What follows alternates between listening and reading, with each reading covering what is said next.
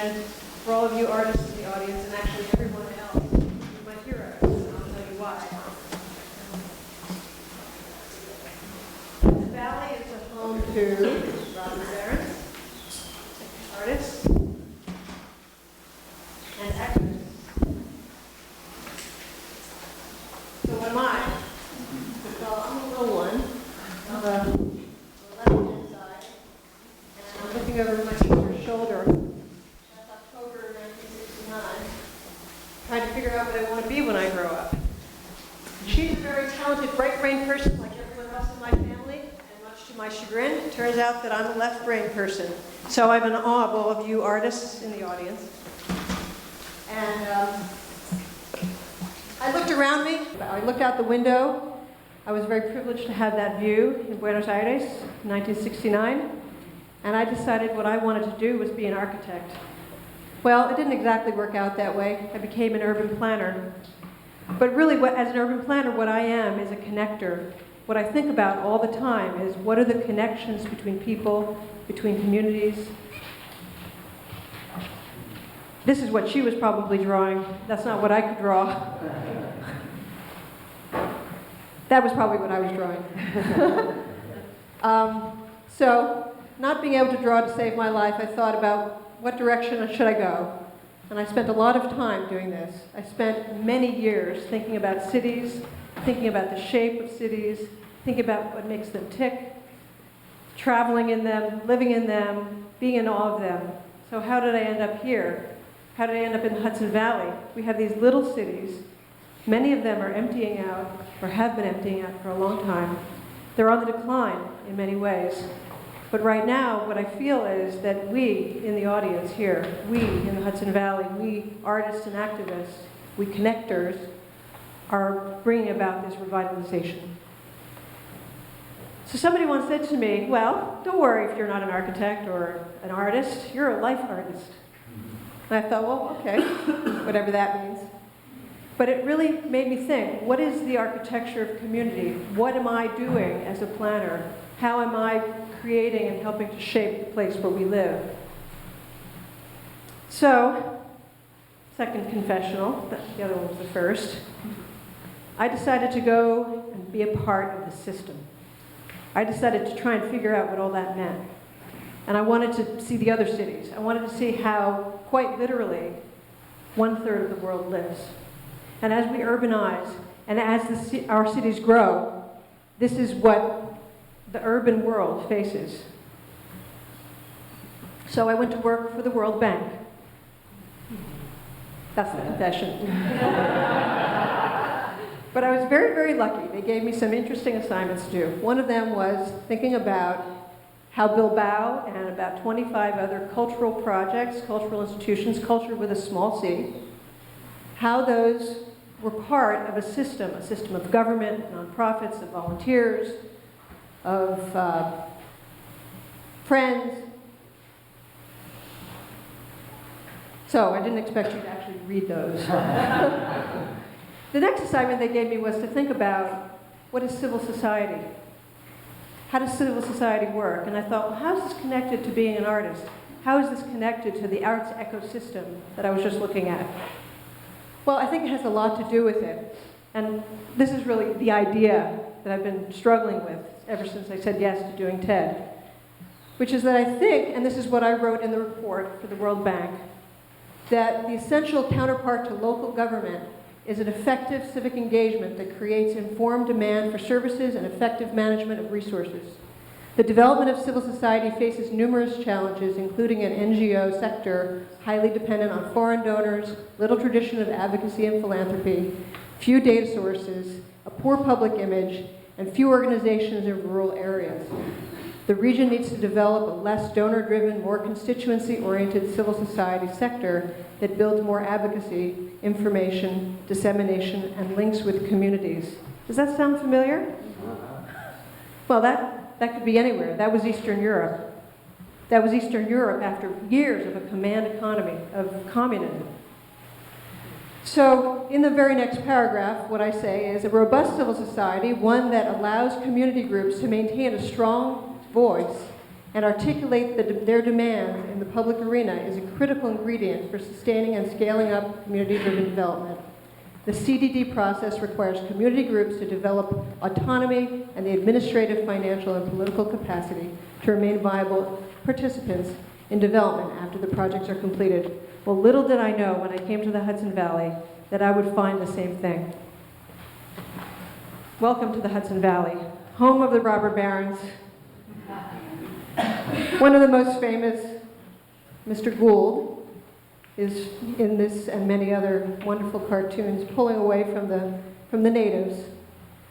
And what they generated on the other side of the river and in all the cities up and down the Hudson was an economy of work, of extraction of natural resources, of really creating the brickyards and the shipbuilding.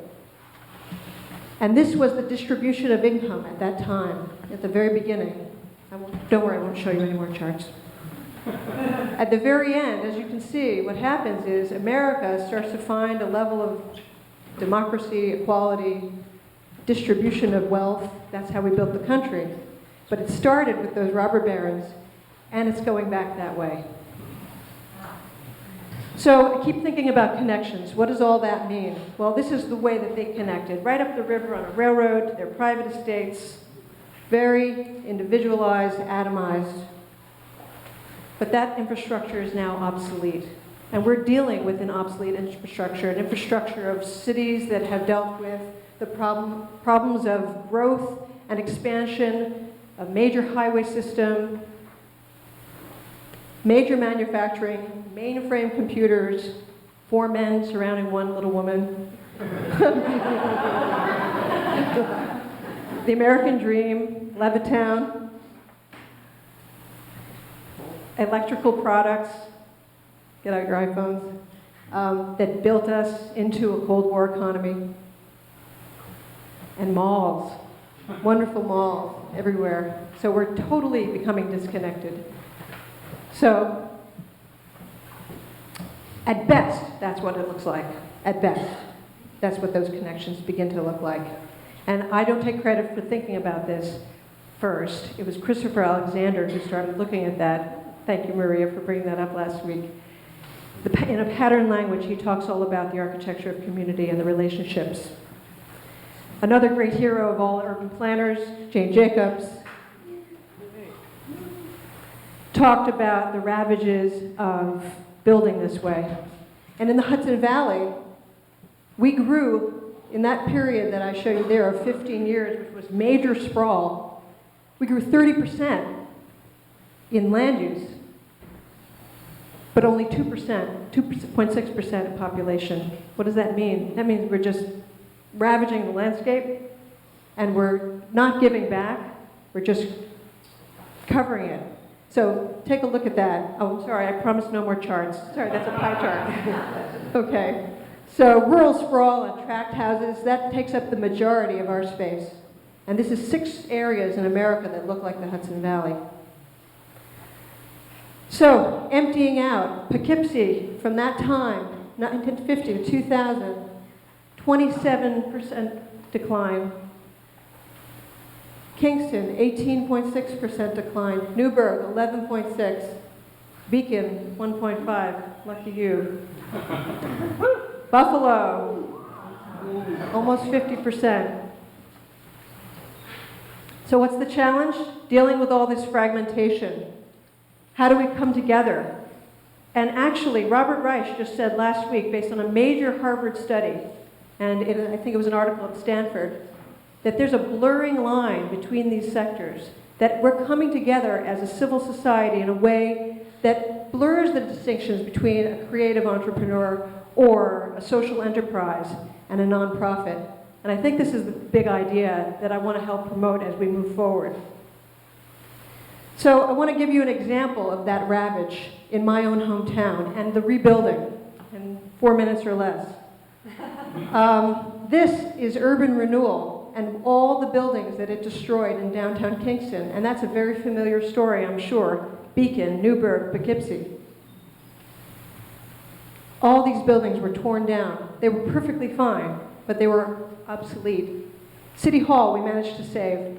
It almost got sold for $1. Downtown, a little bit of history got saved.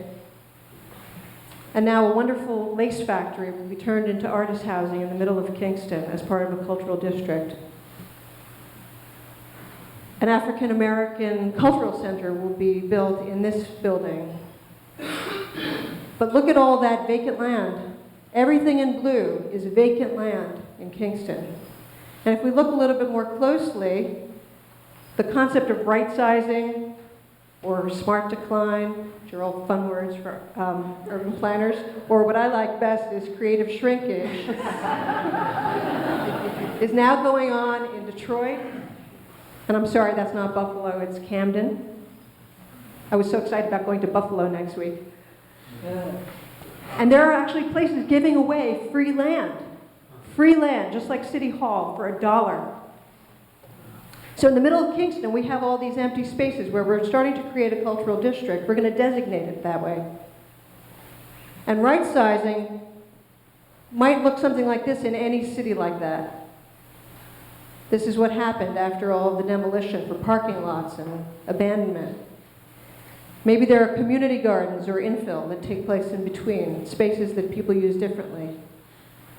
So in Kingston, we have amazing civil society. We have a food kitchen that refuses to ask you what you earn when they serve you on china.